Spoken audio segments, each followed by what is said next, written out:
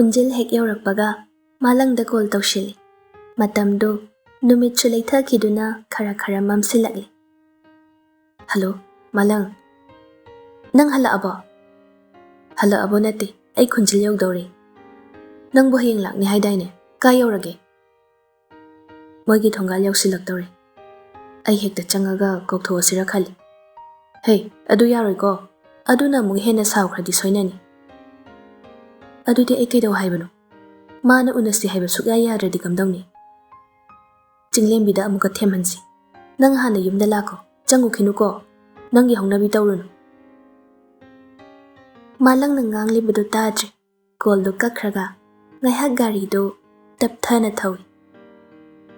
ꯂꯥꯏꯖꯍꯣꯏꯒꯤ ꯊꯣꯡꯒꯥꯜ ꯃꯄꯥꯗ ꯁꯨꯝ ꯌꯦꯡꯂꯤꯉꯩ ꯂꯩꯀꯥꯏꯒꯤ ꯃꯧ ꯅꯍꯥꯁꯤꯡ ꯀꯩꯊꯦꯜ ꯊꯣꯛꯂꯛꯄꯗꯨ ꯎꯕꯗ ꯃꯥꯂꯪꯅ ꯍꯥꯏꯕꯒ ꯇꯥꯟꯖꯥ ꯆꯥꯗꯧꯕ ꯃꯥꯟꯗ꯭ꯔꯦ ꯈꯟꯗꯨꯅ ꯒꯥꯔꯤꯗꯨ ꯑꯃꯨꯛ ꯊꯧꯗꯨꯅ ꯃꯥꯂꯪ ꯍꯣꯏꯒꯤ ꯌꯨꯝꯗ ꯑꯣꯏꯅ ꯂꯥꯛꯂꯤ.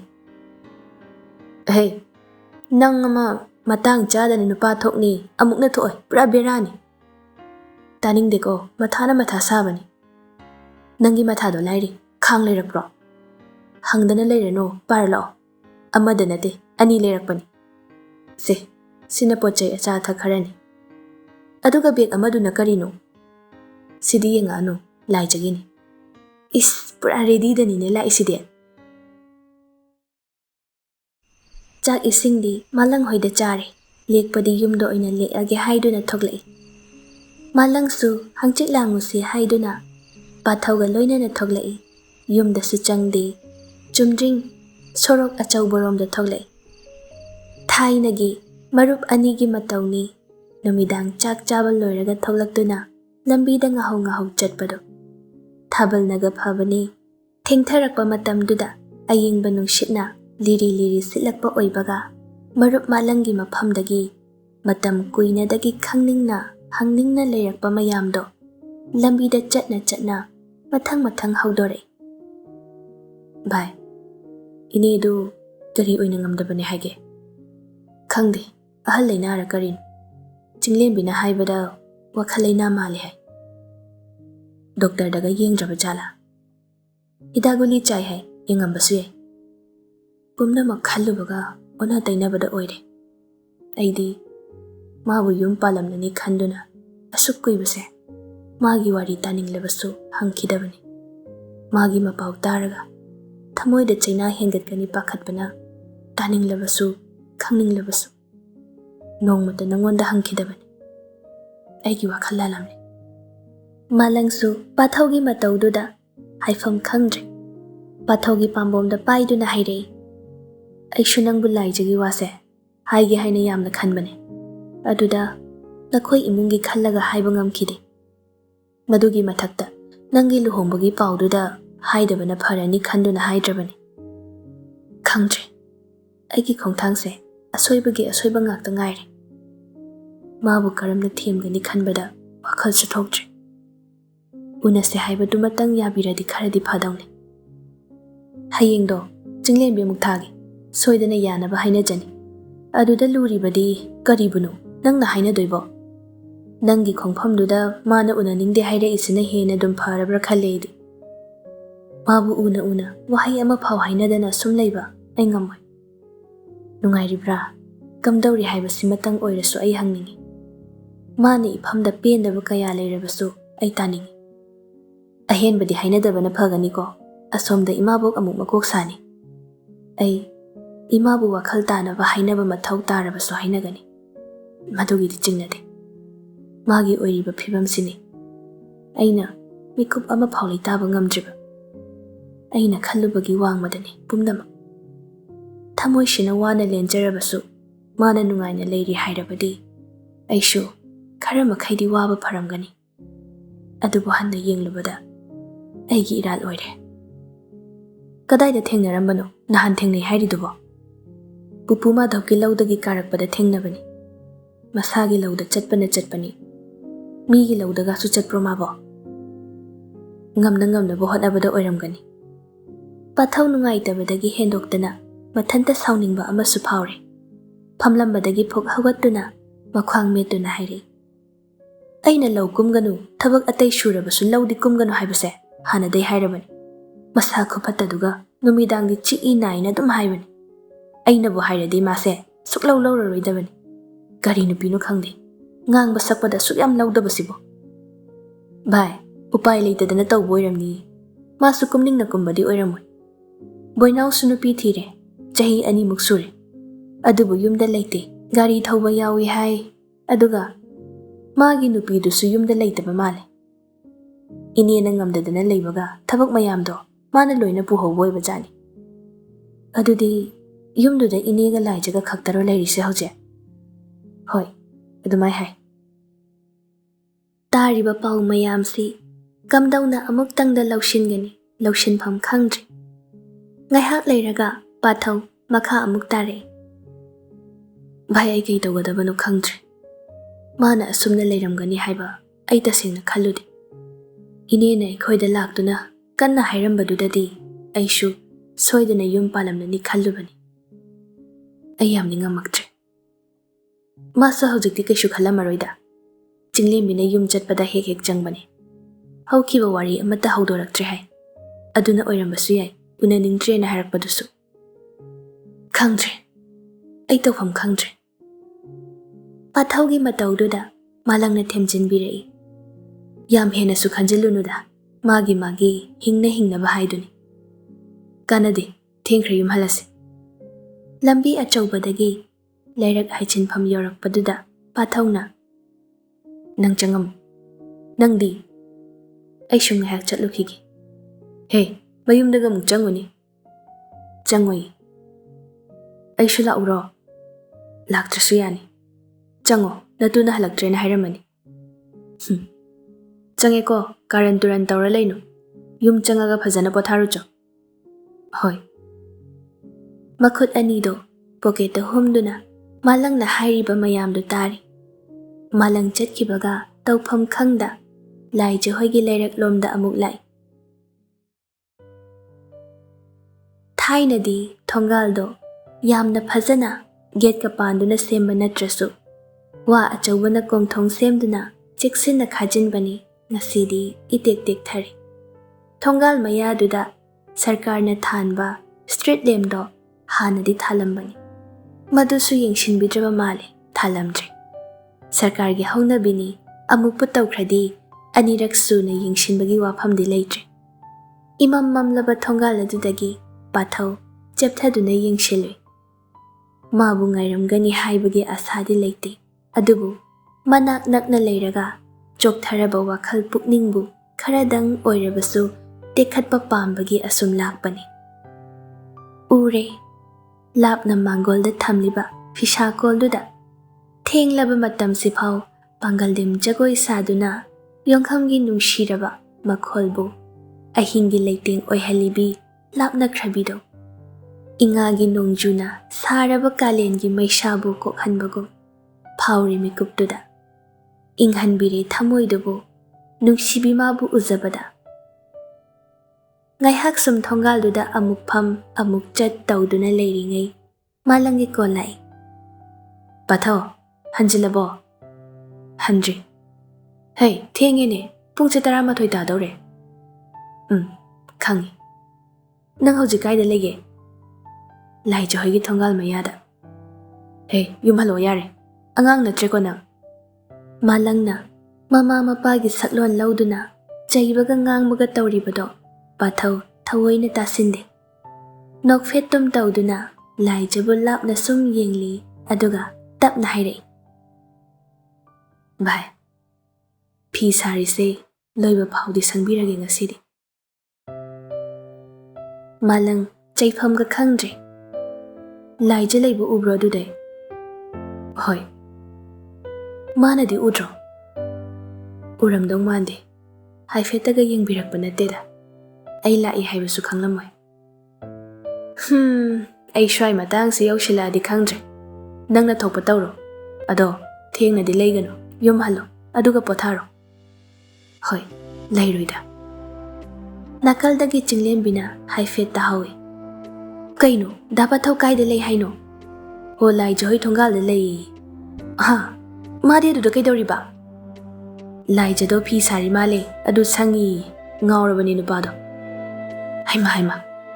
Laina si fazana henjalena sidi. Lai jadi khangi haibra.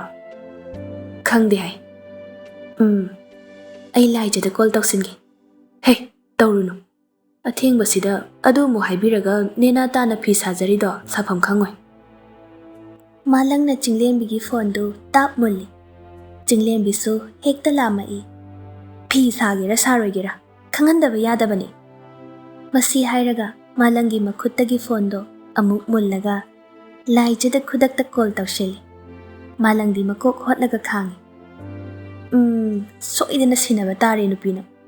Nangna thokpa tawrako. Wasi hairamlaga malangdi onthoktuna tumkhre. Phido lang tatpagi kanna samnaba hotnaringai athengbaduda call laklibado hek yengbadi sangde mathanta wakhalda sol. Kanano athengbasida? Langdo samba loiraba phawba phone do khingduna leibaduda paikhatuna yenglubani. Chinglem bigi oirambaduda kari thoklabano athengbasida call tawra isi khanduna pakhatna call dok paikhatli. Hello, Chinglem bi kaidawre athengbasida? Kaishu tawde call tawrakpa yadabra? Adui wa nateda aidi pakhatluri athengbada nangi call lakpasida. Tumdribo kaidawrige? Tumdri phi sariye. Chanare malangna tambaduga khangdaba saduna Chinglem bina amu chanare adudi wa ama tambige. Kai wano? Dapa thawdo ngasi lai. Nangna unasi yadabaduda wakhal nungaitana laibani. Aduga yumda changaga tummosu yade. Mi sangi hai. Ha, kanabo? Ho phi sari ngasidi mana phi sabase loiba phaw sangbirage na haire I hai. Lai jabhab tari pathaw kadaida lei haiba. Khudaktuda thongal lomda leithoktuna yenglui. Adubu thongal do mambagi kanashu leiba ude. Ude na ide. Lei haibani. Karigino athengbasida mina uradi nungairoi. Hallo hayo. Ngasaidagi dapa thawna halao tumba chango hairini sukya yade. Nangna phi sari do loiba phaw sangani na hai leire. As kari matawno. Chatlo hayo. Aina hallo haire ina hayo. Chinglem bina malangda hawgatlo dapa thawda kolamda tawshilo. Kaigino? Natraga phone do piro ai tawge. Chinglem bi sibaga kidaba mikupni tawribado. Phone do hangdoktuna pathawda call tawshili. Hello, dapa thaw. Ai ni Chinglem bi ni. Oh, Chinglem bi. Lai jana hello tumura hairakpani. Chinglem bina koithoktana leibagi mahutta hekta hairakpaduda pathaw lai jagi mangolomda yengshili. Ai shida lei haiba khangkrabo. Saurakpro? Saudi saurakte. Hello mina uraga nungairoi hairakpani. Hoi. Mana hallo hairadi hallagi. Chinglem bina amu lai jada call tawduna. Hello. Hello na haikrabani hallagi. Aduna phare. Nangsu tumnaba tawro. Thengi ko. Hoi. Thamjaro. Nangsu pathajaro. Hoi thame. Sariba phido safamdi khangdri. Adubu call dagi sukum thaningdri.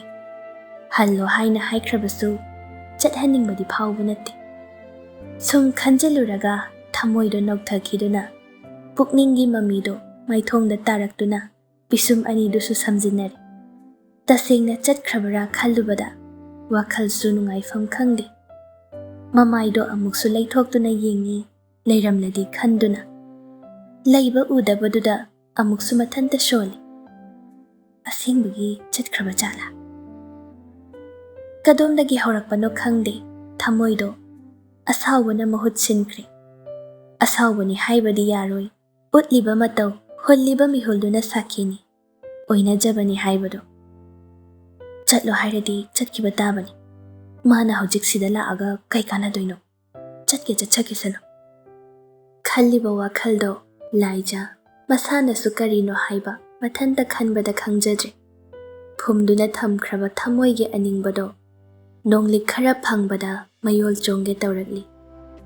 Tawpham khangda phidu saduna leitadraba ꯋꯥꯈꯜꯗꯣ ꯏꯪꯊꯅꯕ ꯍꯣꯠꯅꯔꯤ꯫ ꯉꯥꯏꯍꯥꯛ ꯂꯩꯔꯒ ꯑꯃꯪꯕ ꯅꯣꯡꯒꯨꯝ ꯂꯥꯛꯂꯝꯕ ꯊꯃꯣꯏꯒꯤ ꯅꯣꯡꯍꯧꯗꯣ ꯇꯞꯅ ꯍꯨꯝꯗꯣꯛꯈꯤꯗꯨꯅ ꯏꯔꯥꯡ ꯂꯥꯡꯂꯝꯕ ꯊꯃꯣꯏꯗꯣ ꯋꯥꯈꯜ ꯇꯥꯔꯛꯂꯤ꯫ ꯐꯣꯟꯗꯨ ꯊꯥꯡꯒꯠꯇꯨꯅ ꯄꯨꯡ ꯌꯦꯡꯂꯨꯕꯗ 12 ꯇꯥꯔꯝꯗꯧꯔꯦ꯫ ꯁꯥꯔꯝꯕ ꯐꯤꯗꯨ ꯀꯨꯞꯁꯤꯜꯂꯝꯗꯨꯅ ꯏꯃꯨꯡꯗ ꯆꯪꯈ꯭ꯔꯦ꯫ ꯂꯥꯏꯖ ꯍꯦꯛ ꯆꯪꯈꯤꯕꯒ ꯄꯥꯊꯧꯁꯨ ꯌꯨꯝꯂꯣꯝꯗ ꯍꯟꯈ꯭ꯔꯦ꯫ ꯑꯍꯤꯡꯗꯣ ꯊꯥꯕꯜꯁꯨ ꯐꯕꯅ ꯆꯨꯝꯗ꯭ꯔꯤꯡ ꯆꯠꯂꯤꯕ ꯂꯝꯕꯤꯗꯨꯒꯤ ꯃꯄꯥ ꯆꯞ ꯆꯥꯅ ꯊꯥꯕꯜꯅ ꯉꯧꯔꯣꯛ ꯉꯧꯅ ꯊꯣꯛꯄꯗꯨ ꯎꯕꯗ ꯐꯣꯟꯗꯨ ꯂꯧꯊꯣꯛꯇꯨꯅ ꯊꯥꯕꯜꯗꯣ ꯐꯣꯇꯣ ꯑꯃ ꯀꯥꯞꯄꯤ꯫ ꯃꯇꯝꯒꯤ ꯆꯠꯅꯕꯤ ꯁꯣꯁꯤꯌꯦꯜ ꯃꯤꯗꯤꯌꯥꯗ ꯊꯑꯣꯏꯅ ꯋꯥꯈꯜ ꯂꯨꯞꯄ ꯃꯤꯗꯤ ꯅꯠꯇꯦ꯫ ꯑꯗꯨꯕꯨ ꯋꯥꯈꯜꯗ ꯀꯔꯤ ꯂꯥꯛꯄꯅꯣ ꯈꯪꯗꯦ ꯐꯣꯇꯣꯗꯨ ꯋꯥꯆꯦꯞꯀꯤ ꯁ꯭ꯇꯦꯇꯁꯇ ꯀꯦꯞꯁꯟ ꯑꯃ ꯏꯗꯨꯅ ꯊꯥꯒꯠꯂꯤ꯫ ꯃꯇꯝ ꯀꯨꯏꯔꯕꯒꯤ ꯇꯨꯡꯗ ꯊꯥꯕꯜꯁꯤꯒꯤ ꯃꯉꯥꯜꯗ ꯑꯅꯛꯄ ꯃꯐꯝꯗ ꯏꯔꯥꯞ ꯂꯥꯞꯅ꯫ ꯁꯤꯟꯊꯥꯗꯤ ꯃꯍꯧꯁꯥꯅ ꯊꯦꯡꯅ ꯇꯨꯝꯕ ꯍꯩꯅꯕ ꯑꯣꯏꯕꯅ ꯍꯧꯖꯤꯛꯁꯨ ꯇꯨꯝꯗ꯭ꯔꯤ꯫ ꯂꯥꯏꯔꯤꯛ ꯈꯔ ꯌꯦꯡꯂꯤꯉꯩ ꯋꯥꯆꯦꯞꯇ ꯃꯦꯁꯦꯖ ꯂꯥꯛꯄꯒꯤ ꯅꯣꯇꯤꯐꯤꯀꯦꯁꯟ ꯂꯥꯛꯄꯗꯣ ꯍꯥꯡꯗꯣꯛꯇꯨꯅ ꯌꯦꯡꯉꯤ꯫ ꯃꯔꯨꯞ ꯃꯄꯥꯡꯁꯤꯡꯒꯤ ꯉꯥꯛꯇ ꯑꯣꯏꯔꯝꯕꯗꯨꯗ ꯕꯤꯠ ꯂꯩꯇ꯭ꯔꯗꯨꯅ ꯌꯦꯡꯕ ꯐꯥꯎ ꯌꯦꯡꯗ꯭ꯔꯦ꯫ ꯁꯨꯝ ꯍꯩꯅꯕꯤ ꯑꯣꯏꯈꯤꯕꯅ ꯋꯥꯆꯦꯞꯀꯤ ꯁ꯭ꯇꯦꯇꯁꯇꯣ ꯑꯃꯨꯛ ꯆꯪꯉꯤ꯫ ꯏꯊꯥ ꯊꯥꯖꯗꯅ ꯄꯥꯊꯧꯅ ꯁ꯭ꯇꯦꯇꯁ ꯊꯥꯒꯠꯂꯝꯕꯗꯨ ꯎꯕꯗ ꯃꯃꯤꯠ ꯑꯅꯤꯗꯣ ꯂꯥꯎꯊꯣꯛꯇꯨꯅ ꯌꯦꯡꯉꯤ꯫ ꯊꯥꯕꯜꯒꯤ ꯐꯣꯇꯣꯗꯨꯒꯤ ꯃꯈꯥꯗ ꯏꯔꯤꯕ ꯀꯦꯞꯁꯟꯗꯣ ꯃꯨꯟꯅ ꯄꯥꯏ꯫ ꯂꯧꯁꯤꯟꯐꯝꯗꯤ ꯈꯪꯗ꯭ꯔꯦ ꯋꯥꯍꯩ ꯄꯔꯦꯡꯗꯨ ꯃꯄꯨꯡ ꯐꯥꯕ ꯑꯣꯏꯗꯕꯅ꯫ ꯑꯗꯨꯕꯨ ꯄꯥꯊꯧꯅ ꯏꯊꯥ ꯊꯥꯖꯗꯅ ꯁ꯭ꯇꯦꯇꯁꯀ ꯊꯝꯂꯤꯕꯗꯣ ꯏꯆꯝ ꯆꯝꯅ ꯊꯝꯕꯗꯤ ꯑꯣꯏꯔꯝꯂꯣꯏ꯫ ꯏꯔꯤꯕ ꯋꯥꯍꯩꯁꯤꯡꯗꯨꯒꯤ ꯅꯨꯡꯒꯤ ꯋꯥꯍꯟꯊꯣꯛ ꯀꯔꯤꯅꯣ ꯈꯔꯗꯤ ꯂꯩꯔꯝꯒꯅꯤ ꯍꯥꯏꯕꯗꯤ ꯈꯪꯂꯤ꯫ ꯈꯨꯜꯗ ꯌꯧꯈ꯭ꯔꯕꯁꯨ ꯍꯣꯏ ꯃꯥꯏ ꯑꯃꯠꯇ ꯍꯥꯏꯔꯛꯈꯤꯗꯕꯅꯤ꯫ ꯍꯪꯅꯤꯡꯂꯕꯁꯨ ꯆꯠꯇ꯭ꯔꯤꯉꯩꯗ ꯄꯥꯊꯧꯅ ꯍꯥꯏꯔꯝꯕ ꯋꯥꯍꯩ ꯈꯔꯗꯨꯅ ꯋꯥꯈꯜꯗꯣ ꯈꯪꯐꯥ ꯐꯥꯖꯤꯟꯗꯨꯅ ꯀꯔꯤꯁꯨ ꯍꯥꯏꯔꯨꯗ꯭ꯔꯤ꯫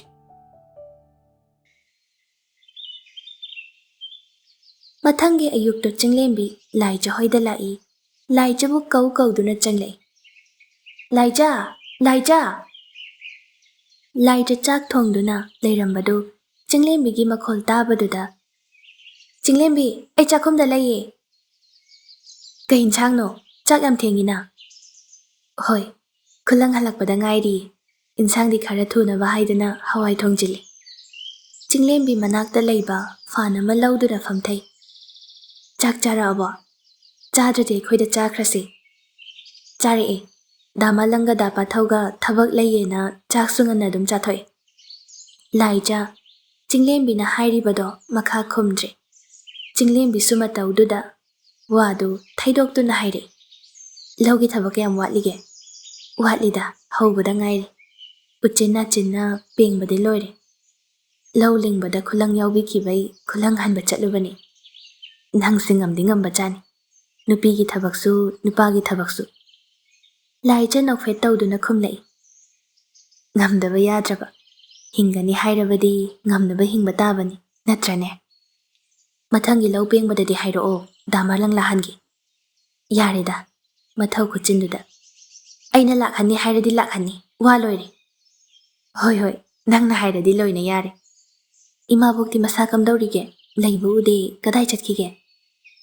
ꯐꯃꯨꯡꯗ ꯍꯤꯞꯄꯤꯕꯅꯤ꯫ ꯏꯃꯥꯒꯤ ꯃꯁꯥꯁꯦ ꯀꯩ ꯍꯥꯏꯗꯣꯏꯅꯣ ꯑꯩ ꯈꯪꯗ꯭ꯔꯦ꯫ ꯑꯍꯤꯡꯗꯁꯨ ꯌꯥꯝ ꯅꯥꯍꯦ꯫ ꯏꯃꯥꯒꯤ ꯅꯥꯍꯦꯕ ꯁꯪꯕꯗ ꯑꯍꯤꯡꯁꯨ ꯇꯨꯝꯗ꯭ꯔꯦ꯫ ꯕꯣꯏꯅꯥꯎꯗꯨꯁꯨ ꯋꯥꯈꯜ ꯇꯥꯃꯟꯗꯦ꯫ ꯀꯩ ꯍꯥꯏꯔꯨꯅꯤ ꯁꯦꯜ ꯇꯥꯟꯗꯕ ꯌꯥꯗꯦ ꯍꯥꯏꯗꯨꯅ ꯌꯨꯝ ꯊꯥꯗꯣꯛꯇꯨꯅ ꯆꯠꯈ꯭ꯔꯤꯕꯅꯤ꯫ ꯂꯪꯐꯩꯗ ꯂꯩꯕ ꯑꯣꯏꯕꯅꯤꯅ ꯑꯩꯅ ꯇꯣꯏꯅꯁꯨ ꯍꯥꯏꯅꯤꯡꯗ꯭ꯔꯦ꯫ ꯈꯔꯗꯤ ꯍꯥꯏꯕ ꯐꯕꯅꯤ꯫ ꯔꯣꯅꯤꯗꯨꯁꯨ ꯑꯉꯛꯄꯅꯤ꯫ ꯃꯄꯥꯝꯗ ꯌꯥꯝ ꯂꯩꯅꯤꯡꯉꯗꯤ ꯀꯩꯗꯧꯕꯩ ꯃꯌꯨꯝ ꯄꯥꯜꯂꯛꯏꯅꯣ ꯈꯪꯗꯦ꯫ ꯏꯃꯥꯒꯤ ꯁꯦꯕꯥꯒꯤꯗꯃꯛ ꯑꯩ ꯀꯅꯥꯒꯤꯁꯨ ꯃꯇꯦꯡ ꯄꯥꯝꯗꯦꯗ꯫ ꯑꯩꯅ ꯉꯝꯃꯤꯈꯩ ꯏꯃꯥꯒꯤ ꯁꯦꯕꯥ ꯇꯧꯒꯅꯤ꯫ ꯃꯥꯁꯨ ꯒ꯭ꯌꯥꯟ ꯇꯥꯖꯔꯛꯄ ꯅꯨꯃꯤꯠꯇ ꯑꯗꯨꯝ ꯍꯟꯖꯔꯛꯆꯅꯤ꯫ ꯅꯪꯅ ꯑꯗꯨꯃꯥꯏꯅ ꯁꯨꯝ ꯈꯟꯗꯣꯛꯇꯅ ꯂꯩꯔꯣꯀꯣ꯫ ꯑꯩꯕꯨ ꯑꯃꯨꯛ ꯂꯦꯛꯆꯔ ꯄꯤꯕ ꯍꯧꯔꯛꯇꯣꯏꯔꯥ ꯅꯪꯒꯤꯁꯦ?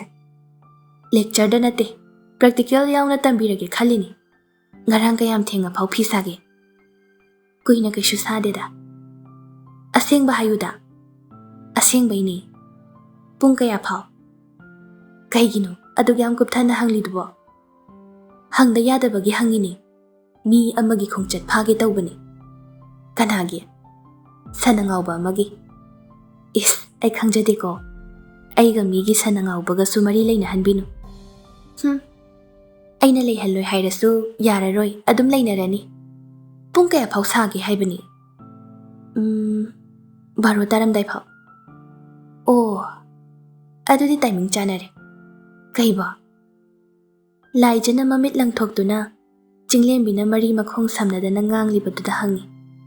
Jinglembi su, magi phone do laukthoktu na. Pathaw na pung baro khare helakpa adwaida thagat lamba WhatsApp ki status to puthoktu na yenghali. Tu, ngarang ki status ni.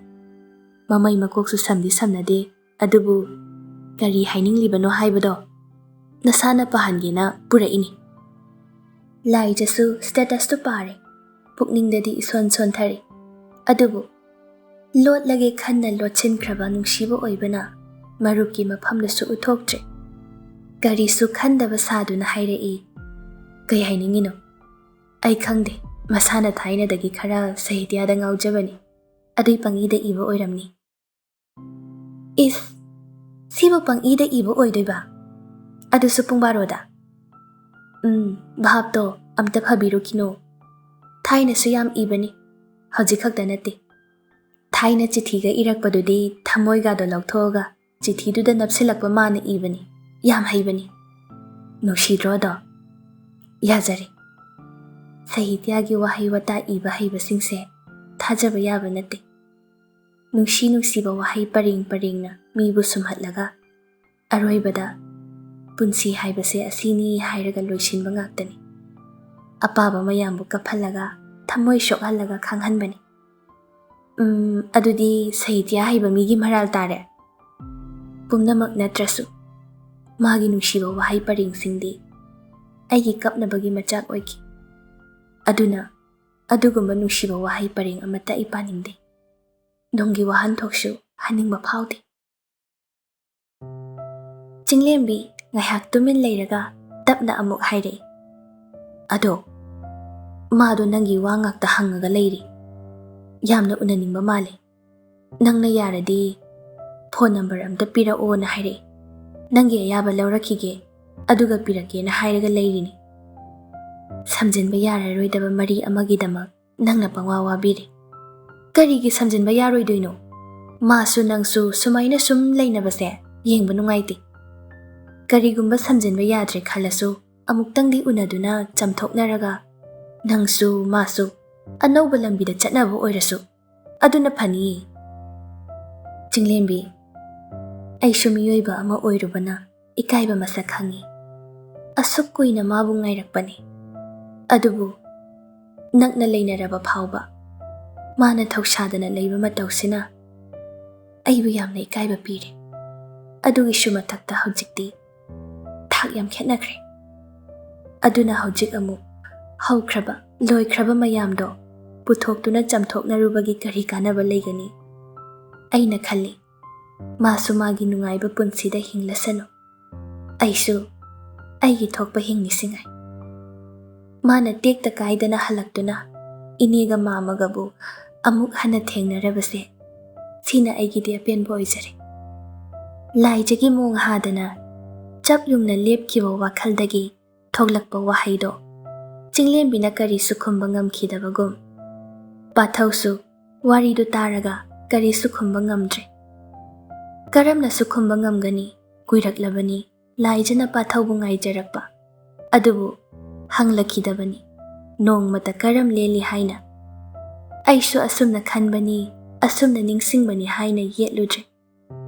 Laijagi wakatta mara lairi haiba masana yajare. Adubu maching amadi leiba mini. Sum ungduna phamlambadagi phuk haugattuna malangna yengon semlibaduda laktuna. Nangido loishalo ibani thaba ama chattaba yadre. Kai leirage? Aruba thabakni. Adu kai thabakno haiba? Ay yengon se loishindaba yade. Horen oina chatsidana. As ay sorga loina phulle. Haujik chatludradi yararoi. Koino ne masi misibo. Kaidano haiba? Laijado. Ay haujimak unaba chattaba yararoi. Ha, kaida? Mayumda. Hey, unasi haiba phau yadringaiduda mayumda changsiladi sinaroidro. Siraga si changaga chang. ꯂꯥꯏꯖꯕꯨ ꯉꯁꯤꯒꯤ ꯅꯨꯃꯤꯠꯇ ꯎꯅꯗꯕ ꯁꯨꯛꯌꯥ ꯌꯥꯗ꯭ꯔꯕꯅꯤ